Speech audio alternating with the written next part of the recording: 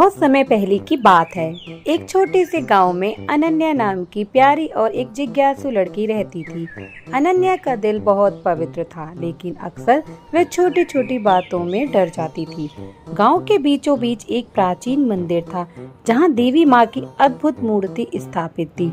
हर शाम वहां घंटियों की आवाज, दीपकों की रोशनी और भक्ति गीतों से वातावरण भर जाता था। लोग कहते थे कि जो भी सच्चे मन से देवी माँ को पुकारे, उन्हें माँ स्वयं अपनी शक्ति में दर्शन देती हैं।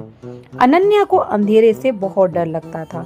अगर थोड़ी सी भी हवा चलती और पेड़ की डाली खड़कती तो वह कांप उठती। के गांव में एक बरगद का पेड़ होता था, जिसमें कहा जाता था कि एक चुड़ैल रहती है। अनन्या इस बात से बहुत डर जाती है, पर उसकी माँ उसे समझाती है, बेटा जब भी डर लगे तो जय माता दी कहना, माँ तुम्हारी रक्षा करेगी और तुम्हें सही रास्ता दिखाएंगी।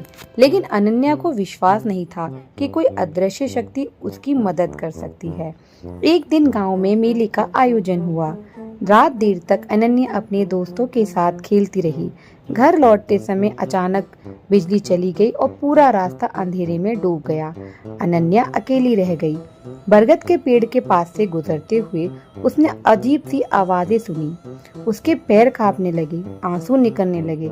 तभी उसे लगा कि कोई चुड़ैल बरगद के पेड़ पर बैठी है और वो उसे बुला। तभी उसे अपनी माँ की बात याद आई। उसने धीरे से कहा, जय माता दी। जैसे ही उसके होठों से यह शब्द निकले, अचानक पेड़ के पास एक सुनहरी रोशनी चमकी। अनन्या की आंखें ये देख नहीं पा रही थी। वहाँ एक दिव्य रूप खड़ा था, चमकते वस्त्र और हाथों में अस्त्र शस्त्र। यह स्वयं देवी माँ थी।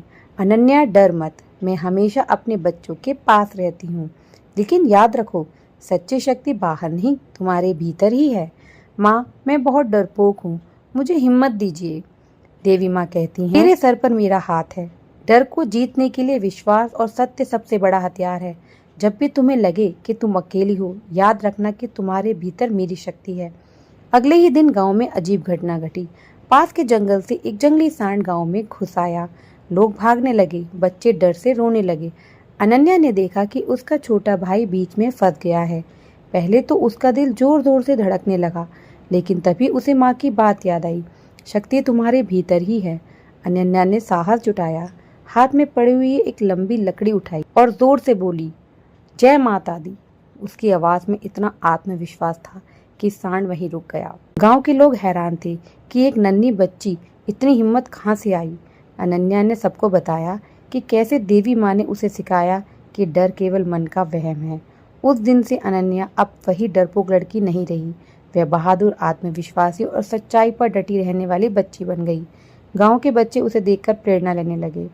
अब जब भी कोई डरता, अनन्या कहती, मत उसे हराओ, माँ शक्ति हमारे साथ